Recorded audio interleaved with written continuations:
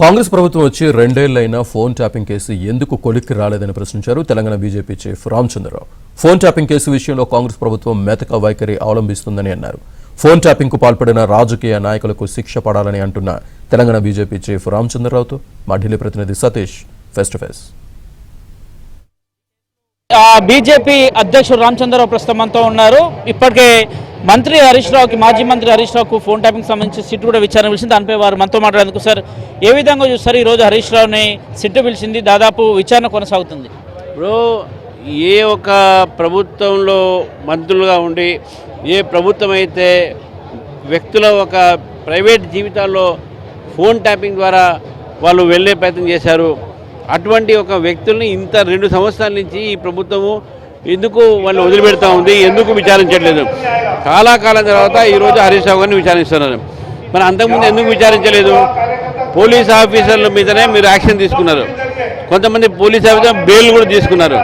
కానీ ఇప్పటివరకు ఏ రాజకీయ నాయకులు కానీ, టీఆర్ఎస్ ప్రభుత్వంలో ఉండేటువంటి ఒక రాజకీయ నాయకులు కానీ, ఎమ్మెల్యేలు కానీ ఎవరిని కూడా మీరు దీనిలో విచారించలేదు, వాళ్ళ మీద మీరు చర్య కూడా తీసుకోలేదు.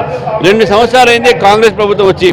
ఈ రెండు గతంలో ఉన్న బీఆర్ఎస్ ప్రభుత్వం, ఇప్పుడున్న కాంగ్రెస్ ప్రభుత్వం, అంటే 2 పార్టీలు కూడా ఒకరికొకరిని కాపాడుకుంటే ప్రయత్నం చేస్తున్నారు. బీఆర్ఎస్ పార్టీ నాయకుల్ని కాపాడే ప్రయత్నం కాంగ్రెస్ పార్టీ చేస్తుంది. కాబట్టి నత్తనడకతోని ఈ యొక్క దర్యాప్తు జరుగుతుందని చెప్పేసి భారతీయ జనతా పార్టీ భావిస్తా ఉంది. గతంలో సిబిఐ కూడా ఇవ్వాలి ఈ ఫోన్ ట్యాపింగ్ అంశాన్ని కూడా పెద్ద చర్చ జరిగింది. సుప్రీంకోర్టులో పిటిషన్ వేశారు కదా. సుప్రీంకోర్టులో ఫోన్ ట్యాపింగ్ని సిబిఐకి ఇవ్వమని చెప్పేసి ఎవరో ఒకళ్ళు దాంట్లో పిటిషన్ వేశారు, అది పెండింగ్ ఉంది.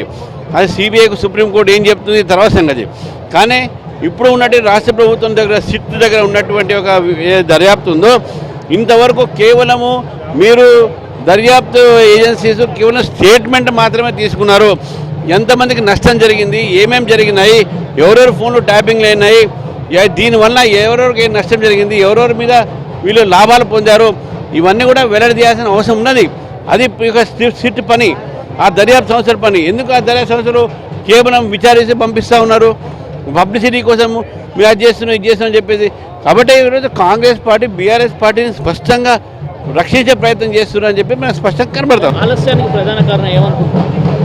ఆలస్యము కేవలం వాళ్ళ ఆ పార్టీల మధ్యన వాళ్ళకు ఉన్నటువంటి అండర్స్టాండింగ్. నువ్వు కొట్టినట్టు చేయి, నీ ఏడ్చినట్టు చేస్తానే అంతే. అంతేగాని చిత్తశుద్ధితోని దర్యాప్తు సంస్థలు పని చేయట్లేదు. ఎందుకంటే కాంగ్రెస్ ప్రభుత్వం వాళ్లకు అడ్డుపడుతూ ఉంది. దర్యాప్తు సంస్థలకు వీళ్ళు స్వేచ్ఛ ఇస్తే తప్పకుండా అసలు విషయాలు బయటపడతాయని చెప్పి భారతీయ జనతా పార్టీ నమ్ముతా ఉంది. 2 ఏళ్ల నుంచి నత్తనడక నడుస్తుంది. మొదట సిట్టు విచారణ వేగవంతం చేయాలి. అదేవిధంగా ఇప్పటివరకు ఈ కేసులో పోలీసులను అరెస్ట్ చేయడంతో పాటు వారికి బెయిల్ లభించింది. కానీ పొలిటికల్ లీడర్లు మొదటిసారిగా హరీష్ రావును పిలిచారు. అసలు ఈ కేసులో ఉన్నదంతా మిగతా వారిని కూడా బయటికి తీసుకురావాలని కూడా తెలంగాణ బీజేపీ అధ్యక్షుడు రామచంద్రరావు అయితే డిమాండ్